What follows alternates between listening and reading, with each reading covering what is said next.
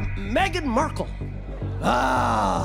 Seemed like a nice lady, just complaining. I was like, didn't she hit the light skin lottery and still on Oprah? I didn't know. I had no idea how racist they were. It's the royal family. You didn't Google these motherfuckers? Meghan Markle and Prince Harry rewrote one of the most famous family dramas of our time. But did they also spark a damage that won't heal?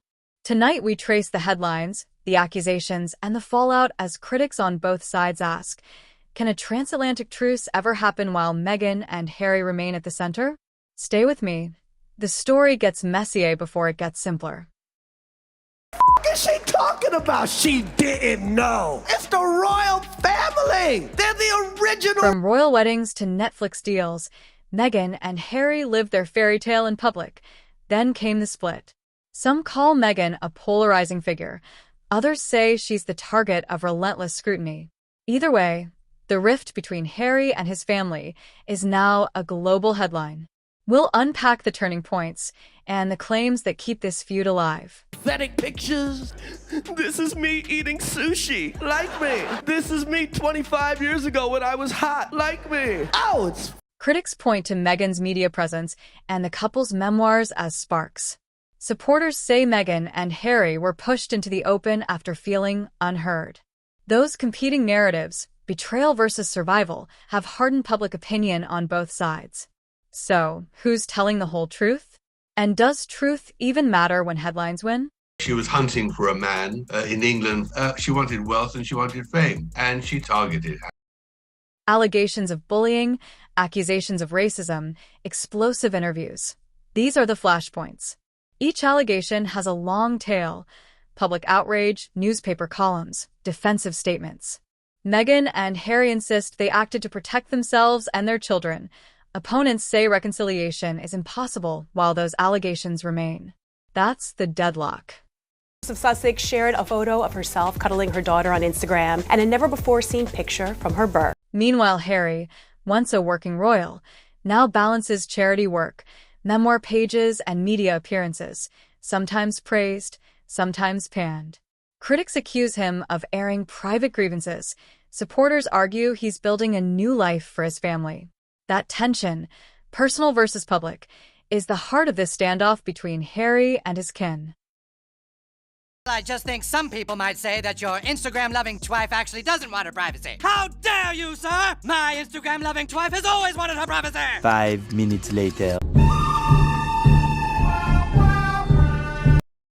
Many commentators use colorful metaphors: flea in the ointment, pariah, renegade, words that inflame more than explain.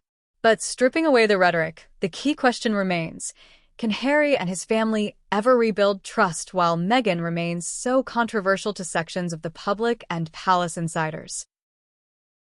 Meghan Markle, the only thing she found was a rich, famous husband. The nearest thing Meghan Markle ever had to a billion-dollar idea was marrying a prince. Fans and critics both scan for olive branches, a message, a shared appearance, a conciliatory statement.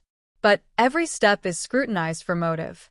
Did Harry's private gestures land as sincere, or were they PR? Does Meghan's platform make healing harder, or is it the only voice they have?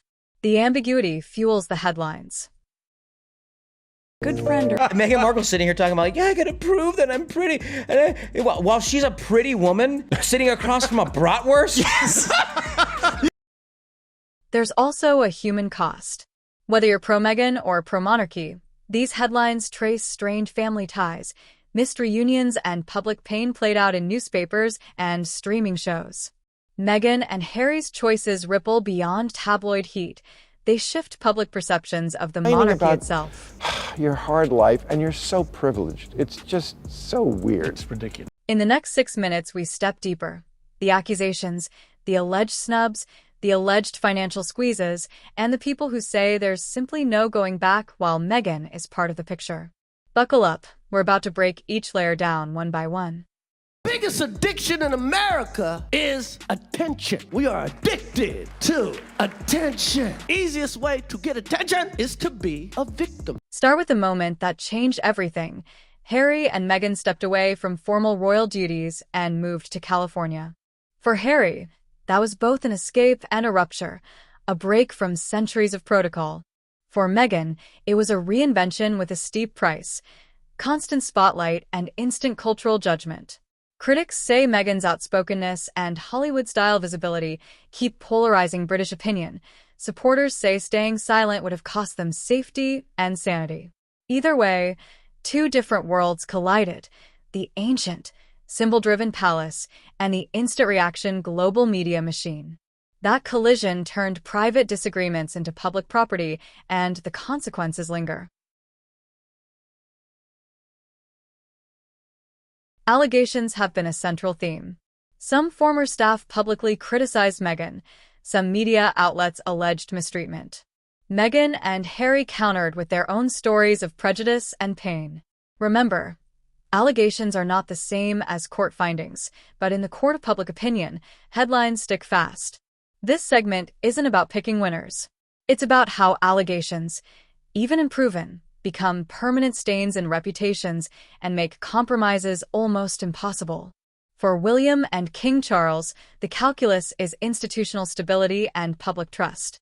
For Harry and Meghan, it's personal safety and narrative control. Those competing priorities make reconciliation a very high bar. Money and media change the rules. Lucrative deals with streaming platforms, book advances, paid appearances. Critics view these as proof the couple monetized grievance. Supporters argue the deals fund a new life and voice after separation from the institution. Either interpretation feeds distrust. Palace insiders worry about private conversations turning into public property.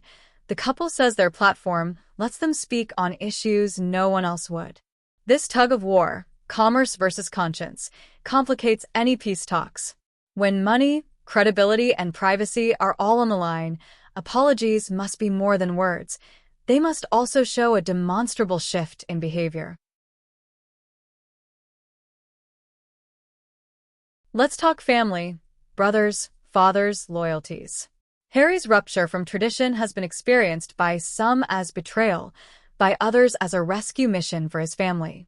Meghan's critics often point to specific incidents, private family disputes that played out in public. Her defenders point to the pressures she faced and the decision to protect her children and mental health. The key truth is this: family reconciliation demands time, humility, and mutual empathy. Without a shared framework for healing, and with cameras, columns, and contracts constantly in the background, rebuilding trust becomes less realistic and more performative.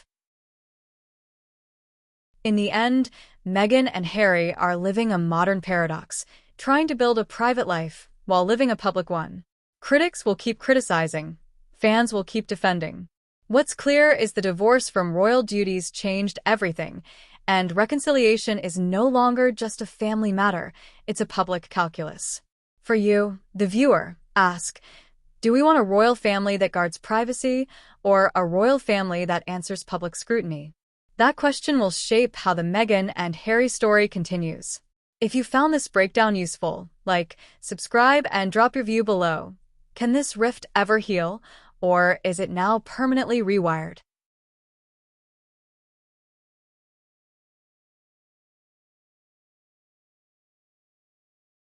Let's pull everything together.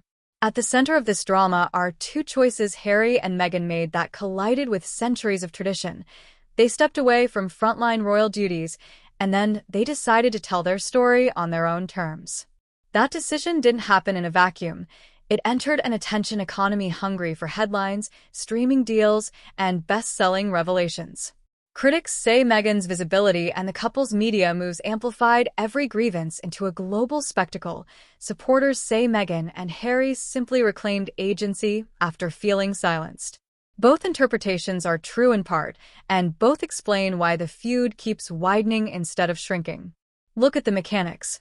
Public memoirs, high-profile interviews, Netflix projects, and curated social posts create narratives that are hard to unpick.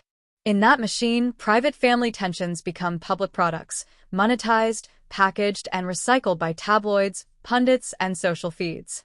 For palace insiders, that feels like betrayal because institutions depend on quiet, controlled handling of disputes.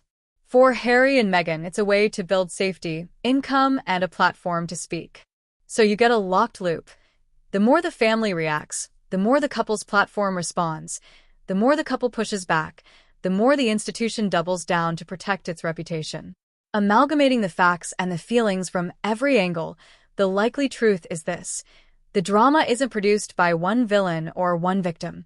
It's produced by the clash of a modern public-facing couple with a centuries-old institution, filtered through a global media industry that rewards spectacle. Reconciliation would need private humility, mediated conversations, and agreed boundaries, plus time to rebuild trust that cameras can't buy. Short of that, the story only deepens. Harry and Meghan will continue to live publicly on their terms, and the royal family will continue to defend the institution's privacy and legacy. So, where does that leave us? As viewers, critics, or fans, we decide which side of the ledger matters more: privacy and protocol, or transparency and self-definition. Drop your take below. Is this an unavoidable clash of eras, or a self-made saga that could have been different?